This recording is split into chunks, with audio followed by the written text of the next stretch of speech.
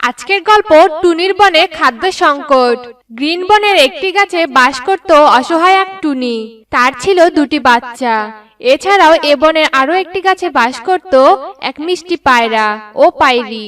তাছাড়াও এ বনের আরো একটি গাছে বাস করত একটি দুষ্টু কাক। কাকটি ছিল খুব দুষ্ট। সে শুধু মানুষের ক্ষতি করতে চাইতো। এ বনের রাজা ছিলেন ঈগল মহারাজ। তিনি ছিলেন অনেক সৎ। হঠাৎ একদিন, মা, ও মা, আমাকে খাবার দাও, আমার অনেক ক্ষুধা লেগেছে, আমাকে খাবার দাও। খাবার পাবো কোথায় থেকে?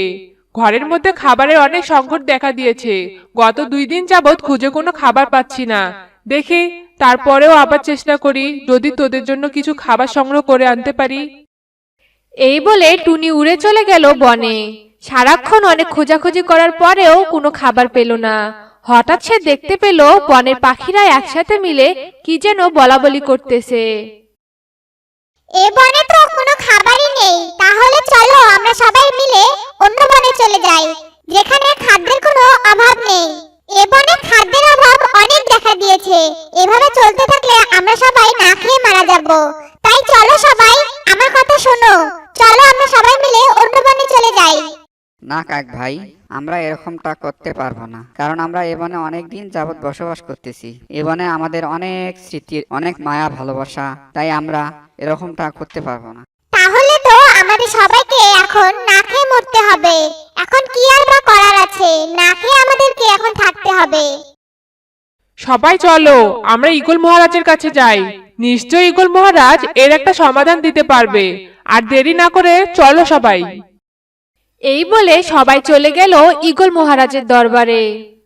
কি ব্যাপার, হঠাৎ সবাই আমার কাছে কেন? তোমাদের কি কোনো সমস্যা হয়েছে? হঠাৎ করে সবাই চলে আসলে আমার কাছে? মহারাজ, বনে খাদ্যের অনেক সংকট দেখা দিয়েছে। তাই আমরা সবাই চিন্তা করলাম যে সবাই চলো মহারাজের কাছে যাই, দেখি মহারাজ এর কোনো সমাধান দিতে পারে কিনা। তাই সবাই মিলে আপনার কাছে আসলাম। মন্ত্রী, বলতো কিভাবে তাদের এই সমস্যার সমাধান করা যায়? এটা খুবই ভয়ানক একটি সমস্যা, এর সমাধান খুবই জরুরি। মহারাজ, এই সমস্যার একটি মাত্র সমাধান আছে। তারা যদি ভিন্ন ভিন্ন ধরনের ফসল চাষ করে জমিতে, তাহলে তারা নিজের খাবার নিজে খেয়ে অন্যকেও সাহায্য করতে পারবে। এভাবেই তারা খাদ্য সংকট দূর করতে পারবে। এটাই আমার মনে হয় মহারাজ। আমি মনে করি মন্ত্রীর কথাই ঠিক। এভাবেই কাজ করলে খাদ্যের সমস্যার সমাধান হবে। হ্যাঁ মহারাজ, মন্ত্রী মহাশয়ের কথা ঠিক। এইভাবে ফসল চাষ করলে আমাদের আর খাদ্যের সংকট থাকবে না। আমরা আমাদের নিজের খাদ্য নিজেরাই উৎপন্ন করতে পারবো। অন্যের উপর নির্ভরশীল হতে হবে না। যাও তাহলে, দেরি কেন? সবাই সবার নিজের কাজে লেগে যাও আর খাদ্যের সংকট দূর করো। এই বলে সবাই রাজদরবার থেকে যার যার বাড়িতে উড়ে চলে গেল। টুনি তার 2 বাচ্চা নিয়ে একটি কলার বাগান করলো। কাক ও পায়রা মিলে তারা একটি আপেল বাগান করলো।